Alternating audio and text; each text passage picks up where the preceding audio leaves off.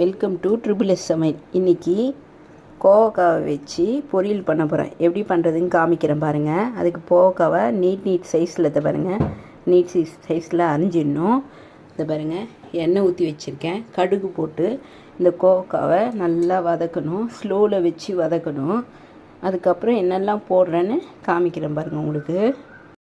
இங்கே பாருங்கள், நல்லா வெந்து போச்சு. உப்பு போடணும் இந்த ஸ்டேஜில். அதாவது மிளகாத்தூள், வெறும் மிளகாத்தூள் 1 ஸ்பூன் போட்டேன். அப்புறம் தனியாத்தூள் 1 ஸ்பூனு,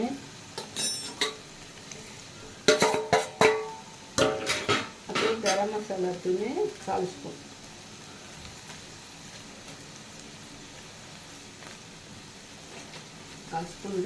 கரம் மசாலா தூள், உப்பு தேவையான அளவு உப்பு.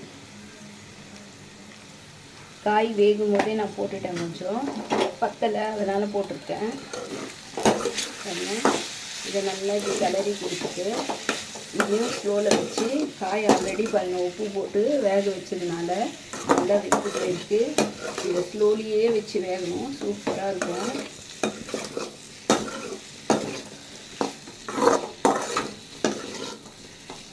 பாருங்கள், இப்படி நல்லா பரப்பி விட்டுணும்.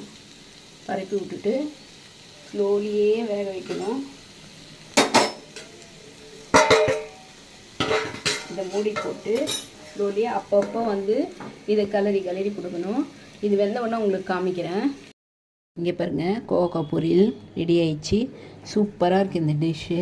உங்களுக்கு பிடிச்சிருந்தால் லைக் பண்ணுங்கள், ஷேர் பண்ணுங்கள், சப்ஸ்கிரைப் பண்ணுங்கள். பெல் பட்டனை டிங்குன்னு வச்சுருங்க. நிறைய பேர் பார்க்குறீங்க, சப்ஸ்கிரைப் பண்ணாமல் பார்க்குறீங்க. ப்ளீஸ் சப்ஸ்கிரைப் பண்ணுங்கள். இத்தனை நாளாக ஃபோன் ரிப்பேராக இருந்தது, அதனால தான் வீடியோ போட முடியல. இதுக்கு மேலே கரெக்டாக வீடியோ போட்டுனே வருவேன். ரொம்ப தேங்க்ஸ்.